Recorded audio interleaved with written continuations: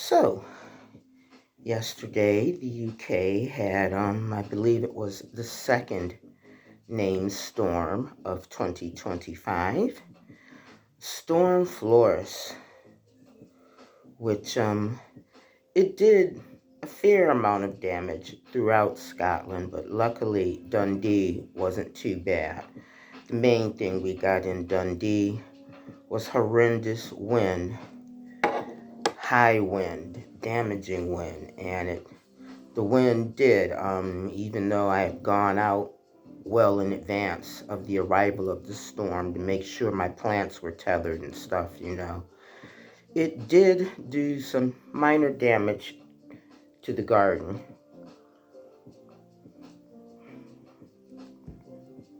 It's not as bad as it looked when I first went out there this morning. So, one of my petunia plants is kind of flattened. The winds blew a lot of the blooms off. But petunias are hardy plants. As long as you deadhead and keep it watered, it'll just bloom.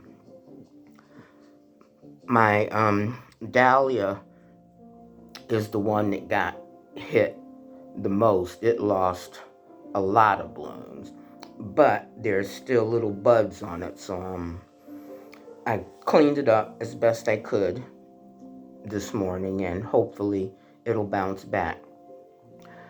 My geranium took a bit of a battering too, but it was so big and so healthy to begin with that even though half of the blooms just snapped off with the force of the wind, there's still enough left that it looks presentable. So it's still windy, but it's nowhere near as bad as it was yesterday. So I believe I mentioned that one of the things I like to do is watch documentaries.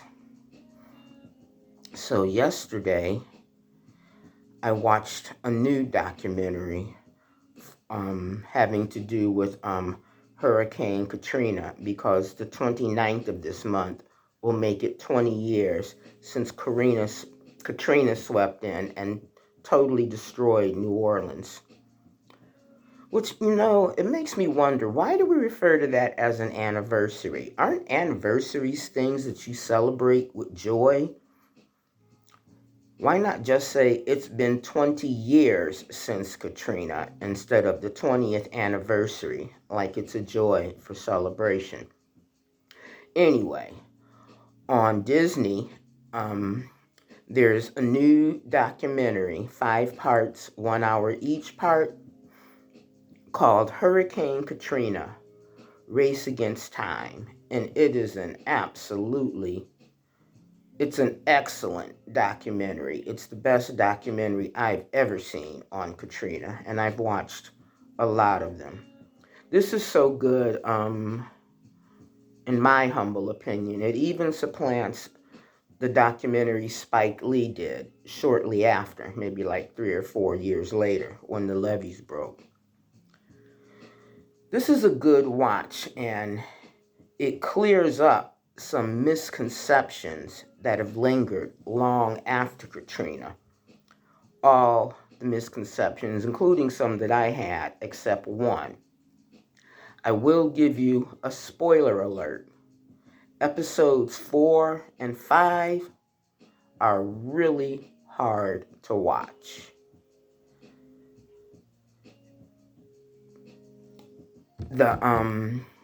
A lot of the footage in this documentary was shot by a young man who he did slam poetry at the time in New Orleans.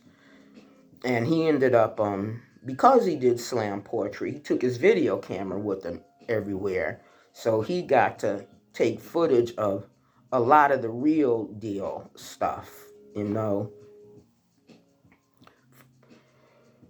And they talked to the general, who was not meant to be in New Orleans, but he was sent there anyway. I forget where he was meant to be. I think he was meant to be in Baton Rouge. I suspect they sent him because he was black.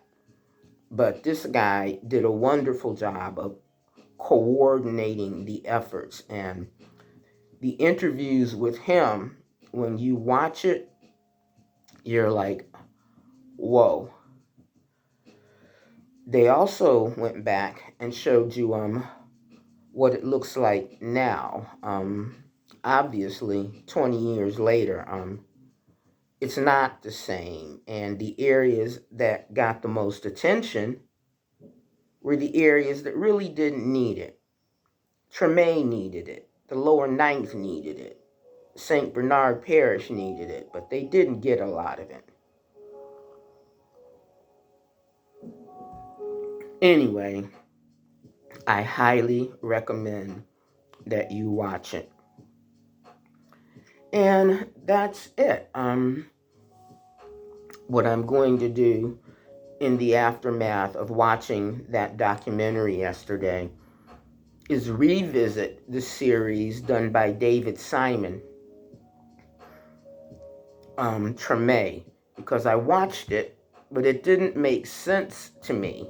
Not really, even though it had a lot of my favorite actors and actresses in it. But having seen yesterday's documentary from people who are actually stuck at the Superdome or the convention center, or stuck on the roofs, or were in that crowd of people walking across the bridge when the police ordered them to turn back. Having watched that, a lot of the references in Treme now make sense, and they come from people's lived experience. So anyway, I just popped in to say that. If it is your birthday, as always, happy birthday.